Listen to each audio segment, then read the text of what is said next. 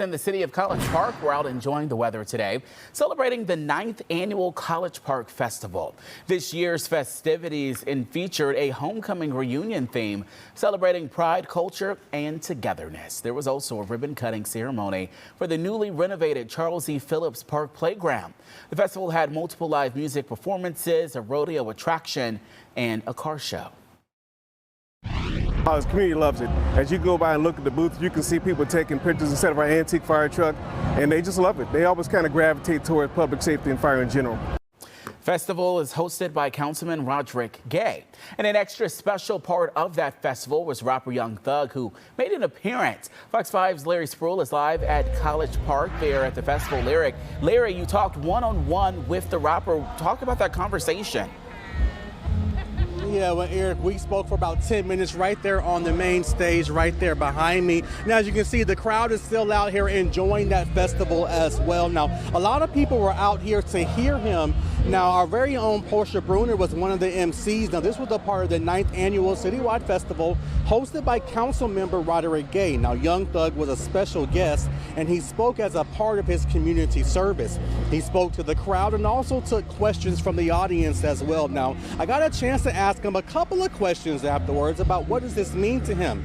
And he tells me that he feels elated just to be a part of this culture and being able to have a voice for the community. Now, I also asked him, does he feel like all of this is a second chance for him? I am working on that part of the story, all new tonight at 11. We are live in College Park tonight. I'm Larry Spruill, Fox 5 News. Oh, yeah, it looks like a good time. Some of the video, I see people dancing, doing the Tamia line dance. Hopefully you can get out there and enjoy some. We'll see you tonight for that interview, Larry. Thanks so much. All right, taking a live look at Hartsfield-Jackson International Airport, where operations are back to normal. After scary moments led to a temporary ground stop yesterday, it happened after one of the control towers was evacuated following reports of a strong gas odor. First responders said no gas was found in the tower. The ground stoppage was lifted about 45 minutes later, but that did not prevent 500 flights from being delayed as a result.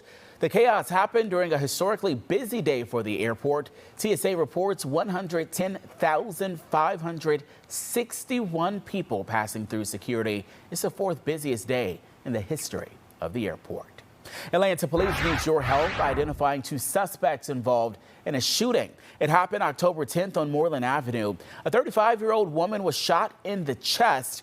Investigators say an argument over food order turned violent when the victim spat at the suspects. If you know who these 2 women are, contact Crime Stoppers. A man is behind bars after being accused of shooting and killing his girlfriend. The gunfire erupted on Lauren K. Court in Lawrenceville. We're still waiting to learn the identity of the woman who was killed, but her boyfriend, 19-year-old Sebastian Pestridge, has been arrested, charged with felony manslaughter. We talked with neighbors about how the violence has shocked the community. Especially having 2 young children living in our household, a stray bullet could have came in and went through our bedroom. They could have went straight, ran into in one of our houses. Investigators have not released details on just what led up to the shooting or possibly a motive there. Pestridge is behind bars in Gwinnett County. A man faces charges after police say he vandalized the Martin Luther King Jr. Memorial Center early this morning. Police responded to the call around 4:30. When they arrived, they say they saw a man urinating in the reflecting pool and stomping on the eternal flame. The King Center issuing a statement calling the incident minor. They say they're still open to visitors. Well, if you were slowed down on Georgia 400 today, here is why. A large crash stopped traffic earlier this afternoon. It happened just before exit 15 on 400 North. A viewer we talked with say a medical helicopter was flying near the scene. We aren't sure how that crashed or how many people were injured in that crash or just what led up to it. Well, a man was arrested after police say he used a popular dating website to rob another man for thousands of dollars. He met him. Oh, okay. He met him on a dating site. Okay. But they said they saw him back upstairs. They told me to run that way because he was going. They saw him with the book bag or something. I was dispatched to the 10th floor saying that a guest was robbed. This is one of our engineers. So we get up there and there's a guy in all black and dreads and he's literally running. He asked to get into a room. I said procedure for safety is you got to show an ID. because I left my phone there. So show us an ID, we'll get you in there. Well, police say the man held the victim at gunpoint inside his room at the Renaissance Hotel. It was near the airport.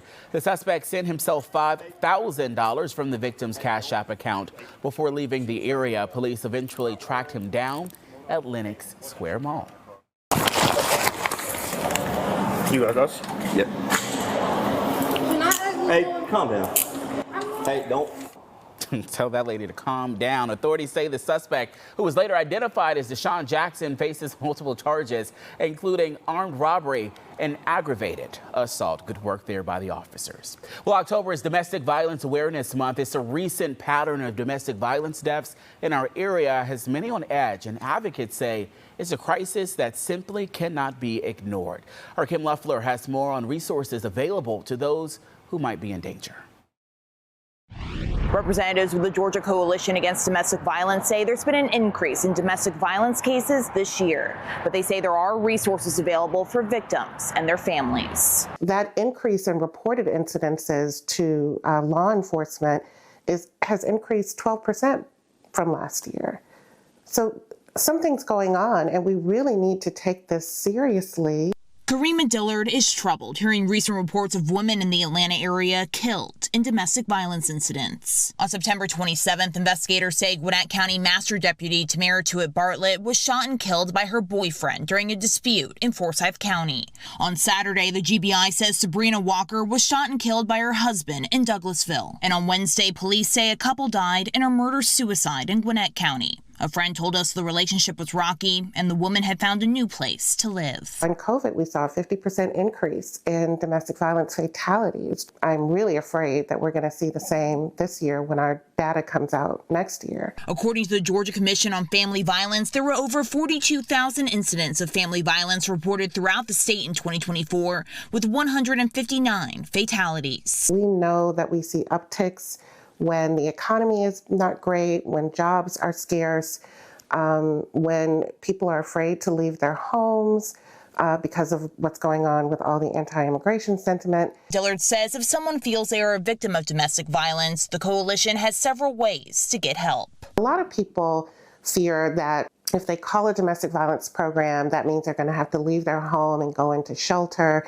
But our programs really do so much more than just provide shelter. We're talking about helping you with legal advocacy, protective orders, counseling, resources to help you transition if you do want to leave or you choose to leave. And there are steps family and friends can take who worry about a loved one. Making yourself available, arming yourself with resources. Once the trust has been established and they say to you, yes, this is what I'm experiencing, you can just come right on in with a resource to give them. We have a link with those resources posted for you on our website, fox5atlanta.com. Kim Luffler, Fox 5 News. All right, Kim, such an important issue. Thanks so much. The funeral for Gwinnett County Deputy Kim mentioned took place today. You're seeing video of that service now.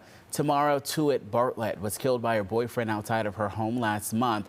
The funeral took place in Lawrenceville with the celebration of life afterwards at 12 Stone.